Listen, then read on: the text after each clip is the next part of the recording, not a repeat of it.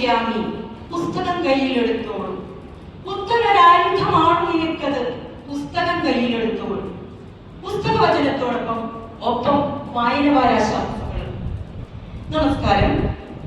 കഥകൾ കേൾക്കാൻ നിങ്ങൾക്ക് ഏവർക്കും ഇഷ്ടമാണെന്ന് എനിക്കറിയാം. നടന്ന സംഭവമാണെങ്കിൽ അതിലേറെ ഇഷ്ടം. 1960കളിൽ നടന്ന ഒരു കഥ ഞാൻ പറയാം.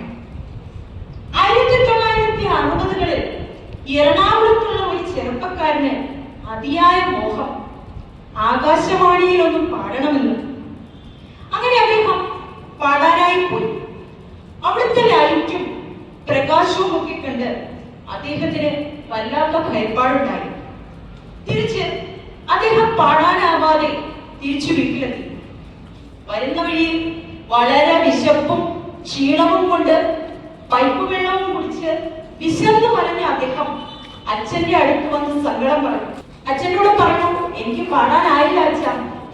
അച്ഛൻ അപ്പോൾ ആ മകനോട് പറഞ്ഞു, മോനെ നീ എന്റെ കൂടെ കുടിക്കോ. അപ്പോൾ അദ്ദേഹത്തിന്റെ അച്ഛൻ എന്ന് പറയുന്നത് കേരളത്തിലെ ഒരു നാടക നടനാണ്.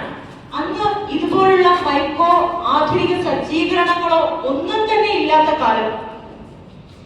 വയറ്റിത്തെളിച്ചു പാടണം.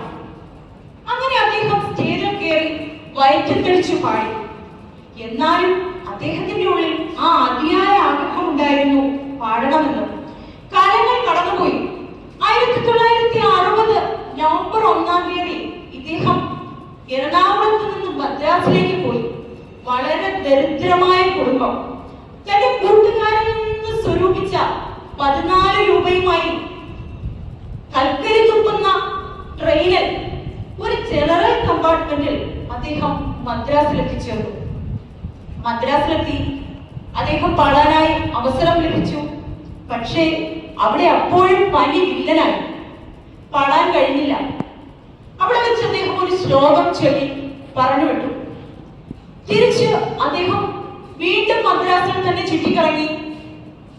കുറെ പാട്ടുകളൊക്കെ പാടി. പക്ഷെ എങ്ങും എത്താനായില്ല. അങ്ങനെ 1965 ഇദ്ദേഹത്തിന് ഒരു പാടാനായി ഒരു അവസരം കിട്ടി. ആ പാട്ട് പാടാൻ അവസരം കിട്ടിയത് അതും ഒരു പകരക്കാരനായി പാടാനാണ് അദ്ദേഹത്തിന് അവസരം കിട്ടിയത്. പാട്ട് പാടാനായി ഇരുന്ന അദ്ദേഹത്തിന് പാടാൻ കഴിയാത്തത് മൂലം ഇദ്ദേഹം പാട്ട് പാടേണ്ടി വന്നു.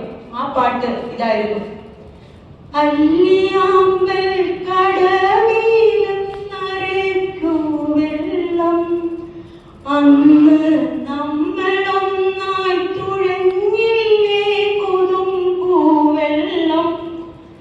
ഇപ്പോൾ നിങ്ങൾക്കെല്ലാം മനസ്സിലായി കാണും ആ വ്യക്തി ആരാണെന്ന്. ശ്രീ KJ യേശുദാസ്.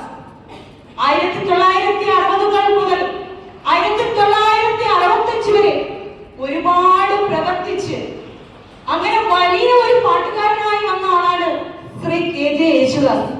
ഇത് തന്നെയാണ് എനിക്ക് നിങ്ങളോട് പറയാനുള്ളത്.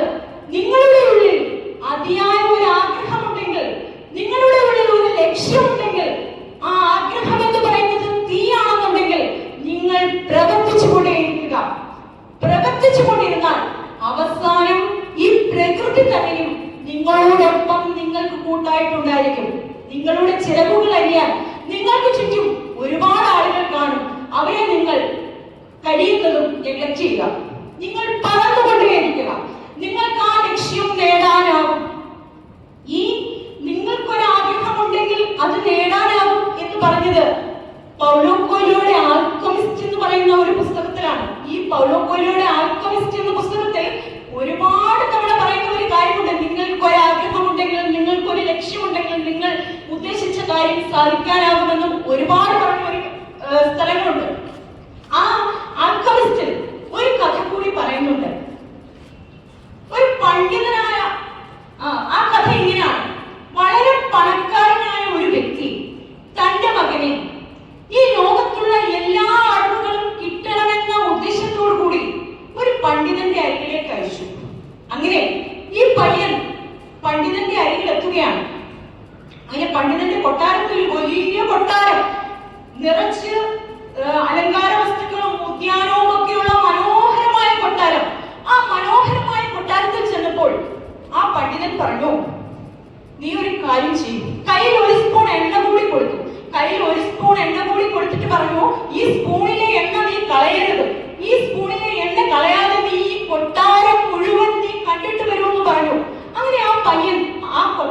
മുഴുവൻ കണ്ടിട്ട് വന്നു.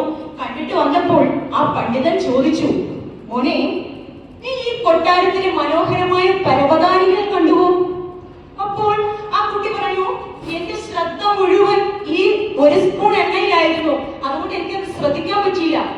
പിന്നെ ചോദിച്ചു, മോനെ, നീ ഈ കൊട്ടാരത്തിലെ മനോഹരമായ പൂന്തോട്ടം കണ്ടുവോ? അപ്പോഴും ആ കുട്ടി പറഞ്ഞു, ഞാനത് ശ്രദ്ധിച്ചില്ല. വീണ്ടും ചോദിച്ചു, മോനെ, ഈ കൊട്ടാരത്തിലെ മനോഹരമായ കത്തലുകൾ, അലങ്കാര വസ്തുക്കൾ ഇവ എന്തെങ്കിലും കണ്ടുവോ? ഞാനിതൊന്നും ശ്രദ്ധിച്ചില്ല. എന്റെ ശ്രദ്ധ ഫുൾ ഈ ഒരു സ്പൂൺ എണ്ണയിലായിരുന്നു. അപ്പോൾ ആ പണ്ഡിതൻ വീണ്ടും ആ കുട്ടിയോട് പറഞ്ഞു, മോനെ, ഒന്നുകൂടി നീ ഒന്ന് പോയിട്ട് വാ. അങ്ങനെ തിരിച്ചു പോയിട്ട് തിരികെ വന്നപ്പോൾ ചോദിച്ചു, മോനെ, നീ ഇത് കണ്ടുവോ? പരവതാനികളും കത്തലുകളും പൂന്തോട്ടങ്ങളും എല്ലാം കണ്ടുവോ? അപ്പോൾ ആ കുട്ടി പറയാണ്, ഞാൻ പരവതാനികളും കത്തലുകളും അലങ്കാര വസ്തുക്കളും കൊട്ടാരത്തിന്റെ മേന്മകളും എല്ലാം കണ്ടു, പക്ഷേ എന്റെ കയ്യിൽ എണ്ണ കളഞ്ഞുപോയി. അപ്പോൾ ആ പണ്ഡിതൻ ആ കുട്ടിക്ക് കൊടുക്കുന്ന ഒരു ഉപദേശമുണ്ട്, മോനെ, നിന്റെ കയ്യിലെ സ്പൂണാകുന്ന ലക്ഷ്യം നിന്റെ ഉള്ളിൽ ഉണ്ടായിരിക്കണം. ഒപ്പം നീ ഈ ജീവിതത്തെ ആസ്വദിക്കുകയും വേണം.